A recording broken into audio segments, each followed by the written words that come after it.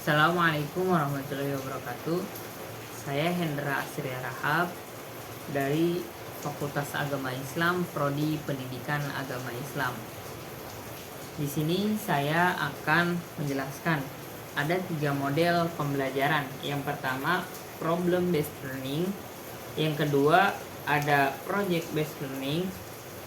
Yang ketiga, ada quantum teaching learning. Di sini saya akan menjelaskan 3 model dengan satu-satu. Dan ini merupakan tugas dari mata kuliah model pembelajaran pendidikan agama Islam. Oke, baik. Sebelumnya, alhamdulillahirrabbilalamin wabihi nasta'in wa ala umur dina waddin wassalatu wassalamu ala asrofil anbiya'i wal mursalin sayyidina Muhammadin wa ala alihi wa sahbihi ajmain, amma ba'du.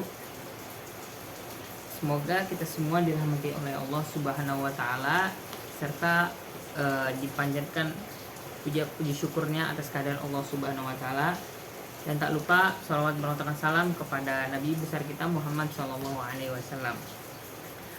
Oke, baik. Di sini saya akan menjelaskan yang pertama ada problem based learning. Problem based learning ini adalah suatu kita menjelaskan permasalahan yang terjadi di dunia nyata untuk menjelaskan kepada siswa. Dan penjelasan yang lebih tepatnya itu berbasis masalah suatu pembelajaran yang menyuguhkan berbagai situasi permasalahan yang ada di dunia nyata. Dan diantaranya yaitu yang kita lihat banyak sekali kasus-kasus tentang pembulian guru, teman sekelas, maupun di lingkungan sekitar. Nah, di sini saya akan menjelaskan problem listening dengan suatu kajian yaitu akhlak tentang Rasulullah. Nah, Rasulullah itu siapa sih? Rasulullah adalah suri tauladan, dan Rasulullah adalah nabi terakhir, dan Rasulullah sendiri diutus oleh Allah Subhanahu wa taala untuk menyempurnakan akhlak manusia. Nah, yang dimana ayat Qur'annya yaitu liutammima makarimal akhlak, maka Rasulullah diutus karena untuk menyempurnakan akhlak. Dan teman-teman sendiri bisa melihat bahwa banyak sekali kasus-kasus pembulian dan penghinaan itu tidak mencontohkan akhlak Rasulullah. Nah, Rasulullah itu berjuang bahkan sampai ditimbuk batu sampai berdarah, dan berdakwah ke sana kemari untuk menjayakan Islam, dan tidak saling mengejek satu sama lain, bahkan menghargai satu sama lain. Dan bahkan ada suatu kisah ketika ada seorang Yahudi bertamu kepada Rasulullah dan dijamui oleh makanan-makanan yang disidangkan oleh orang Yahudi, dan sahabat Rasul ini mencoba, yaitu kita sebut saja buah anggur. Nah, orang Yahudi itu menyuruh Rasulullah makan, namun sahabat ini langsung menyomotnya. Nah, ketika dicomot rasanya asam sekali gitu. Nah, cuman tidak berani ngomong sahabat Rasulullah ini. Dan akhirnya si orang Yahudi ini tersenyum melihat Rasulullah makan.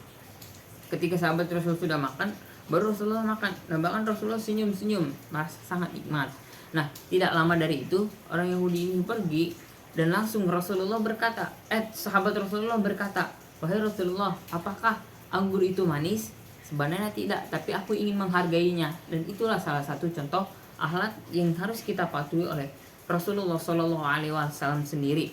Nah, teman-teman, di sini ada suatu permasalahan yang harus kita bedah dan harus kita kaji, yang dimana akhlak ini menjadi suatu acuan yang paling utama. Kenapa teman-teman sendiri tidak bisa mengikuti akhlak Rasulullah? Nah, di sini permasalahannya pada dunia nyata banyak sekali karena lingkungan yang tepat, pembelajaran yang kurang, dan pengawasan dari orang-orang sekitar, bahkan dari orang tuanya sendiri itu kurang. Jadi si anak siswa ini jadi tidak mau gitu untuk mematuhi akhlak ini seperti apa, dan bagaimana sih akhlak Rasulullah ini. Mungkin berpengaruh yang sangat tinggi adalah lingkungannya. Makanya dari itu yang saya jelaskan adalah tentang akhlak Rasulullah untuk dunia nyata sekarang itu sangat banget berpengaruhi. Bahkan kalau misalkan kita lihat ketika teman-teman kasus pembunuhan itu sebenarnya sangat sedih nggak sih? Coba saya tanya, sebenarnya sedih banget, bahkan miris sekali ya, guru yang berjuang begitu giatnya mengajarkan kalian tapi kalian bully. Di mana gitu akhlak menghormatinya? Nah, proyek di sini membahas suatu permasalahan akhlak Rasulullah. Apakah dimengerti? Semoga dimengerti. Nah, di sini saya perjelas lagi bahwa tidak baik mengunjing satu sama lain, mengeledek satu sama lain. Jadi perbaikilah akhlakmu, maka engkau adalah dihargai oleh orang lain. Bahkan bahasa kasarnya, ketika ada orang yang ngomong di depan, kalau kalian ngomong di belakang enak gak? Nah, kalau kalian di depan terus saya ngobrol enak gak? Kan gak enak. Jadi perbaikilah akhlakmu. Nah, ini adalah suatu project yang benar-benar harus dipatuhi. Bahkan saya sendiri mempunyai pengalaman gitu teman-teman.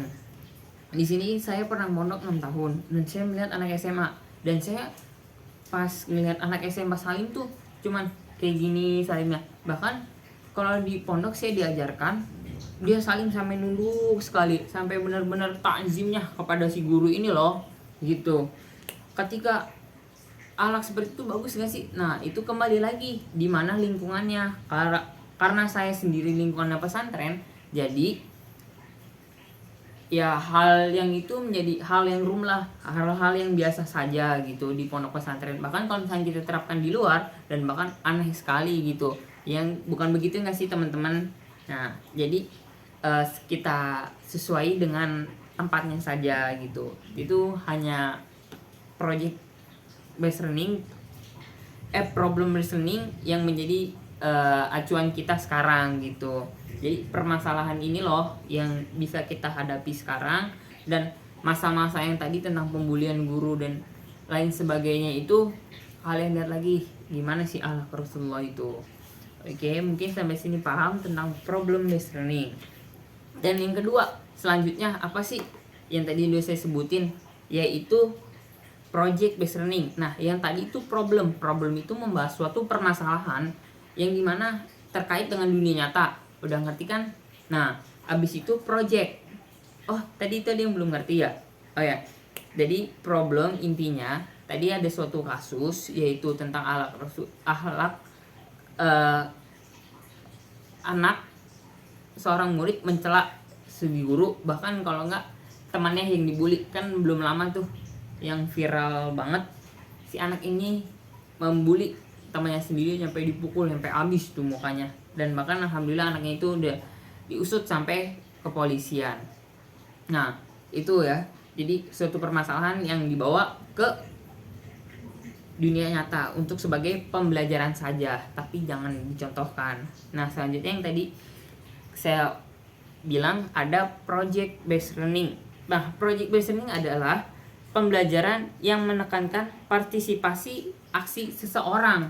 Nah, contohnya gimana sih project based learning itu? Sebenarnya ada banyak loh. Pertama, dari kita menerapkan yang tadi belum nggak jauh beda ya tentang akhlak Rasulullah. Gimana sih kita cara menerapkannya? Salah satu penerapannya yaitu ketika kita meminta duit kepada orang tua, gimana sih yang sopan? Kalau kata saya sendiri dan teman-teman yang alami, ini hal yang rumlah juga ya, untuk gimana sih cara kita meminta duit kepada orang tua yang benar. Nggak kayak harus banting pintu, terus juga kita harus marah-marah dulu, karena kan kita semua udah dewasa ya. Jadi cukup ngomong, "Mah, Pah, minta duit buat diongkosin," gitu. Nah, ini adalah suatu project based learning tentang akhlak, dan bahkan saya akan menyonding tentang project based learning yang lain. Contohnya dari cuci tangan sendiri, atau jangan cuci tangan, atau tentang hidup sehat gimana sih? Nah, hidup sehat itu salah satunya adalah bangun pagi, terus jangan lupa gosok gigi, cuci muka, tidur lagi, bukan gitu. Jadi yang benar bangun pagi, sholat subuh, tuh. Abis itu kita pemanasan. Gimana sih pemanasan? Ya gerak-gerak badan aja, yang penting itu bergerak. Nah, jangan lupa beresin tempat tidur, terus mandi, makan, bukan makan ya, sarapan, abis itu baca buku. Nah, itu adalah salah satu bentuk project based learning hidup sehat. Dan di sini akan saya tekankan lagi bahwa project based learning ini pembelajaran yang menerapkan partisipasi aksi seseorang. Jadi bukan yang tadi problem itu masalah seseorang loh jadi suatu pembelajaran. Dan kalau project based learning ini aksi seseorang gimana sih yang tadi saya bilang kehidupan sehari-hari, yaitu tadi dengan melakukan hal produktif, yaitu senam pagi, bukan senam pagi tapi lebih tepatnya pemanasan pagi-pagi gitu. Nah terus juga saya kasih contoh satu lagi biar teman-teman semua pada paham. Kalau yang kalian lihat gimana sih cara hidup sehat, kalau dari saya hidup sehat itu sangatlah mudah. Yang pertama, ketika kalian masuki ke kosan, bukan kosan ya, kalian mau tidur, jangan sesekali kalian langsung tidur. Kalian ke bed dulu, kasurnya kalian bersihin dulu. Apabila sarung bantal itu kotor, ganti, sapu dulu kamarnya, ini dulu, bersihin dulu kamarnya, mandi dulu sebelum tidur kalau bisa. Ya kalau misalkan badannya gerah atau gimana, mandi dulu. Nah itu lingkungan dalam kamar, maaf ya. Dan yang selanjutnya lingkungan di luar sekolah, salah satunya yang menjadi acuan banget dalam project based learning itu, yaitu adalah membuang sampah pada tempatnya. Nah banyak banget nih teman-teman semua, apalagi yang saya lihat miris banget ya, di Indonesia ini paling banyak dimana sampah-sampah itu pada berkeliaran. Nah makanya dari itu, karena satu sampah yang kita biarkan akan menjadi gunung, seperti dosa yang kita biarkan tanpa diampuni, dan dosa itu akan menjadi suatu gunung.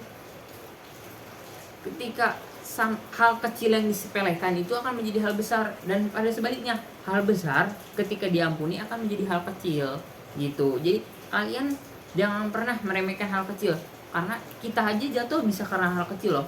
Misalkan ada lubang yang kecil, kita lagi naik motor, tiba-tiba kan kita nggak mungkin dong kalau misalkan lubang yang gede itu kita udah ngeliat lubang tuh gede, jadi kita bisa menghindar. Tapi kebanyakan orang yang kecelakaan itu ketika lubang kecil, bener nggak sih? Nah makanya itu, ini sama banget yang tadi saya omongin di awal. Hal yang harus benar-benar diperhatikan oleh teman-teman, yaitu membuang sampah pada tempatnya, yaitu salah satunya di lingkungan sekitar terutamanya ya. Bahkan kan di tong sampah ada tulisannya organik atau non organik. Organik itu apa sih kak? Nah organik itu membuang sampah yang kering-kering. Nah dan non organik itu yang basah-basah atau sebaliknya. Oh ya, yang non organik itu yang basah-basah, yang kering-kering non organik. Dan organik itu yang kayak yang basah-basah kayak tisu basah, terus yang plastik-plastik sudah basah gitu. Nah oke, jadi teman-teman sini udah pada paham kan gimana sih project based learning itu, dan tadi juga udah tahu gimana sih berpengaruhnya pada diri kita maupun di lingkungan sekitar kita. Ya menjadi intinya project based ini adalah suatu edukasi yang harus disampaikan kepada siswa dan membutuhkan aksi. Tidak perlu dengan banyak-banyaknya materi, tapi lebih banyak aksi kita gimana sih melakukan si project based learning ini. Oke, selanjutnya yang terakhir ada quantum teaching learning. Nah yang udah kita bahas dua, nggak jauh beda ya, problem dengan project. Problem permasalahan, project adalah suatu aksinya. Nah yang terakhir ini quantum teaching learning. Nah kalian pada penasaran kan quantum teaching learning itu apa? Nah quantum teaching learning ini adalah pengubahan belajar yang meraih dengan segala nuansanya, memudahkan proses pembelajaran. Jadi kita pembelajaran dengan sebisa mungkin saya sebagai guru mengedukasikan kepada siswa itu dengan bahasa-bahasa yang ringan dan pengubahan belajar yang meraih dengan segala nuansanya itu memudahkan proses pembelajaran. Jadi kalian tuh tidak boring banget gitu kayak ketika saya ajarin. Nah yang dapat membagi unsur-unsur pembelajaran menjadi dua kategori seperti konteks dan isi. Membagikan pembelajaran menjadi dua kategori, yaitu pertama ada baik dan buruk, dan menjadikan suatu konteks. Nah, yang tadi tuh akhlak tuh kan ada yang baik dan ada yang buruk. Nah, ini bisa jadikan konteks. Jadi dua konteks ini bisa menjadi satu loh. Kayak satu konteks pertama kan baik dan satu konteks lagi yang buruk. Dan ketika kita jadikan satu, contohnya apa sih? Ya contohnya yang tadi saya bilang tentang akhlak.